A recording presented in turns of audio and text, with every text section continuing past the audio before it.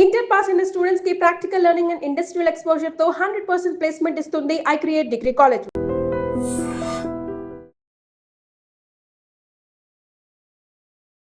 ఐడ్రీమ్ ప్రేక్షకులందరికీ నమస్కారం.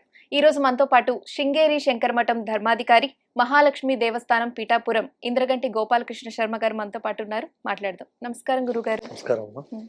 గురుగారు, సాధారణంగా చనిపోయిన వారి పేర్లు పిల్లలకి పెడుతూ ఉంటారు. అమ్మమ్మ పేర్లని, తాతయ్య పేర్లని నాన్న పెడుతూ ఉంటారు. అసలు ఇలా పెట్టడం వల్ల మంచి జరుగుతుందా లేదా? మంచి ప్రశ్న అమ్మా. అసలు పెట్టవచ్చా పెట్టకూడదా అనేది ప్రశ్న. నిరభ్యంతరంగా పెట్టవచ్చు, సందేహమేం లేదు. అంటే పూర్వకాలం నుంచి గమనిస్తే పిల్లల పేర్లు పెట్టడానికి శాస్త్రంలో కొన్ని నియమాలు విధించబడ్డాయి. ఆ నియమాలని పాటిస్తూ ఆడపిల్లలకి బేసి, సరి, మగపిల్లలకి ఈ వ్యవస్థ ఒకటి ఉంది. సరి అక్షరాలు, బేసి అక్షరాలు రావాలని ఒకటి ఉంది. ఇది కాక గతించిన వాళ్ళ పేర్లు పెట్టవచ్చా అంటే వాళ్ళు జీవిస్తూ ఉంటే సరే, అలా గతించిన వాళ్ళ పేరు కూడా పెట్టవచ్చు, ఏం తప్పలేదు.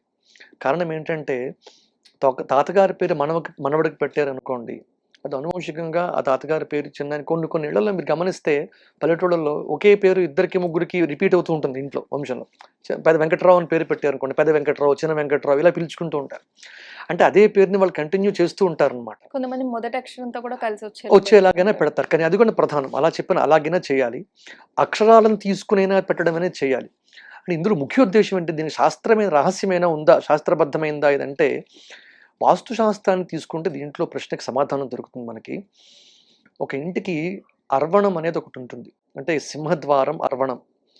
అది ఏ సింహద్వారం ఏ ఇంటి పేరుకి నిర్ణయించేటప్పుడు మనిషి యొక్క మొదటి అక్షరాన్ని తీసుకుని నిర్ణయిస్తారు.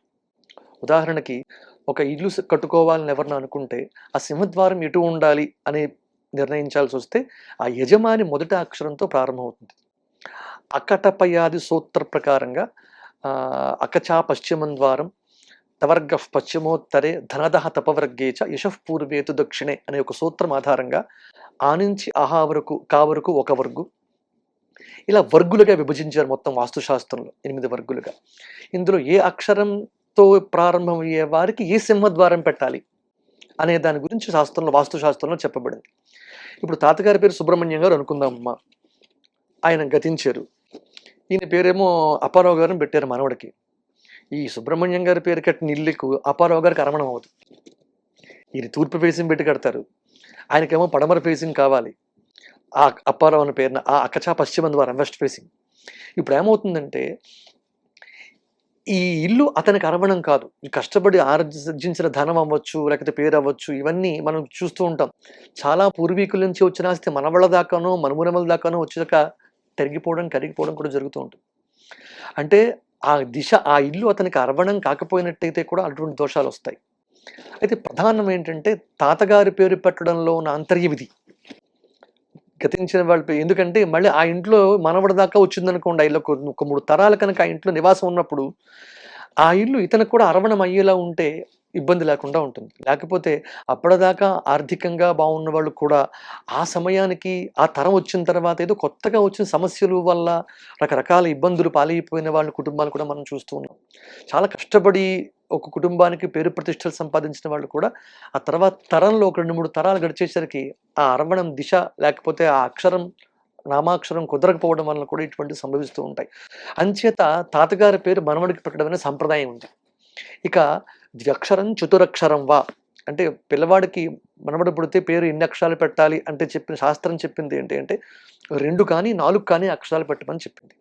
అంటే సరి సంఖ్యలో వచ్చేలాగా పెట్టమంది. అది పిలవడానికి వీలుగా ఉండాలి, అర్థవంతమై ఉండాలి ముందు ప్రధానంగా. పెట్టి పిల్లలకి అర్థవంతంగా ఉండటం లేదు పేర్లేమీ. అర్థవంతంగా ఉంటే ఏ భాషలో అర్థంగా ఉండాలి అంటే అన్నిటికన్నా మాతృభాష సంస్కృతం. సో అది ఒక అర్థవంతమైన పదం అయి ఉండాలి, తెలుగు భాషలోనే అర్థవంతమైనదే ఉండాలి. కొన్ని పదాలకి కొన్ని పేర్లకి ఎవరు మా పిల్లల పేరు పెట్టుకోకూడదండి, కొత్తగా ఉండాలనే తపనతోటి అర్థం లేని పేర్లు పెడుతూ ఉన్నారు. అంచేత అర్థవంతమైన పేరుతో పాటు అది ఆ ఇంటి ద్వారాన్ని కూడా నిర్ణయించేటటువంటిది ఉండి అది అర్థవంతమైనది అయితే మరింత బాగుంటుంది. అయితే మరొక అంశం ఏంటంటే ఇక్కడ అక్షరాలు పెట్టేటప్పుడమ్మా 2 అక్షరాలు లేదా 4 అక్షరాలు పెడతారు కదా, దానికి శ్రీకారం చేర్చుకుని 3 అక్షరాలు చేర్చుకోవచ్చు. అలా కూడా ఇబ్బంది లేదు. శ్రీకారం రాయించేటప్పుడు నామకరణం అప్పుడే శ్రీకారంతోనే రాస్తారు ఎలాగో. అయితే అంశులని ఇప్పుడు చూస్తారా, దేవాంశు, రేవాంశు, క్రియాంశు పేర్లు పెట్టేటప్పుడు అంశు అని చివరిని వస్తుంది కదా, అవన్నీ తప్పులే. నకారంకి పుల్లిచ్చి షావత్తు పెడితే అది అసలు అర్థం లేదు ఆ పదానికి. అది ఏ కోణంలో ఏ భాషలోనూ సరిగ్గా అర్థవంతమైంది అవ్వదు. అంటే దేవాంశ అని పెట్టినప్పుడు దైవాంశ అన్నప్పుడు దైవం యొక్క అంశ, భగవద్ అంశ అని అర్థం. తప్పులేదు అది పేరు. కానీ రాయడంలో పలకడంలో అంశ నకారంకి షావత్తు పట్టడం వల్ల ఏమవుతుందంటే అర్థం పోతుంది. అటువంటివి చాలా ఉన్నాయి పేర్లలో, అదొకటే కాదు, ఇంకా వివిధ రకాలైన పేర్లు పెట్టినప్పుడు ఒక సంస్కృతంలో కాదు. అందుకే పూర్వం రామాయణాన్ని, భారతాన్ని, భాగవతాన్ని పరిశీలిస్తే గురువులు పెట్టేవారి పేరు ఇప్పుడు గూగుల్ పెడుతోంది, అంతే కదా. ఇప్పుడు ప్రతి పేరు పెట్టాలంటే గూగుల్లో వెతుక్కుంటున్నారు. కానీ గురువులను అడిగి గురువులను అతిక్రమించకుండా వారి ఆజ్ఞ ప్రకారం పెట్టేవారు. ఒక రామాయణం తిరిగేసిన వశిష్ఠుల వారి పేరు పెట్టినట్టు, ఒక గర్గుడి కృష్ణుడికి పేరు పెట్టబట్టి భాగవతంలోను ఇలా గురువుల చేత చెప్పబడినటువంటివి ఒక గ్రామటికల్ మిస్టేక్స్ లేకుండా, అలాగే ఒక సంప్రదాయబద్ధమైంది, తన కుటుంబానికి గొప్ప చేసేది, లేదా ఆ ఇంట్లో సరిపడేది, ఆ ఇంటికి సరిపడేది ఏదైతే ఆ పేరుని గురువులు సూచించేవారు, తద్వారా అది వృద్ధిని పొందేవారు వారు. అంచేత గతించిన వారు అనే సంబంధం లేదు ఇక్కడ. సుబ్రహ్మణ్యం అని పేరు పెట్టారు అనుకోండి, ఎవరిది అసలు పేరు? పేటెంట్ ఉందా సుబ్రహ్మణ్యం గారికి ఆయనకి వెళ్ళిపోయినానికి? ఏం లేదు కదా. అది భగవంతుడి పేరు. అంటే భగవన్నామాన్ని దైవ దత్తంగా ఆయనకి ప్రతినిధిగా పిలుచుకుంటూ ఆయన స్మరించుకోవడం కోసం పెట్టుకున్నటువంటి పేరు. అయితే భగవంతుడి పేర్లు పెట్టుకోవచ్చు, నిరభ్యంతరంగా పెట్టుకోవచ్చు. అజామిళోపాఖ్యానం మనం విన్నాం ఆ భాగవతంలో. అంటే ఒక నారాయణ స్మరణతోనే, ఒక కొడుకుని నారాయణ అని పిలిచినంత చేతనే ఆ భగవన్నామ స్మరణ ఫలితం దక్కింది అంత్యకాలంలో గతించేటప్పుడు. ఒక రామ అని పిలిస్తే ఆ పిలిచిన పిలుపులో కూడా కొడుకుని పిలిచినా కూడా రాముణ్ణి పిలిచినటువంటి శబ్దమే వస్తుందిగా. పిలిచింది ఎవరిని? కొడుకుని. కానీ శబ్దం ఎవరిది?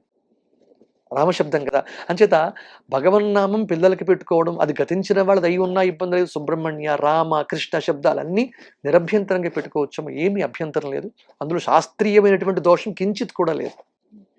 గురుగారు, చనిపోయిన వాళ్ళ పేర్లు పెట్టుకోవచ్చు అని చాలా మందికి సందేహం ఉంటుంది. అలాగే భగవంతుడి పేర్లు కూడా పెట్టుకోవచ్చు అని మరికొంతమందికి సందేహం ఉంటుంది. ఈ సందేహాలన్నిటికీ చక్కటి వివరణ ఇచ్చారు. ధన్యవాదాలు గురుగారు.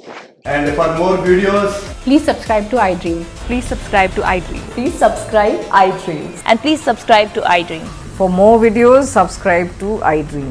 please like, share and subscribe to the channel. Congratulations, iDream. Subscribe to iDream. Subscribe to iDream. So subscribe to iDream Media.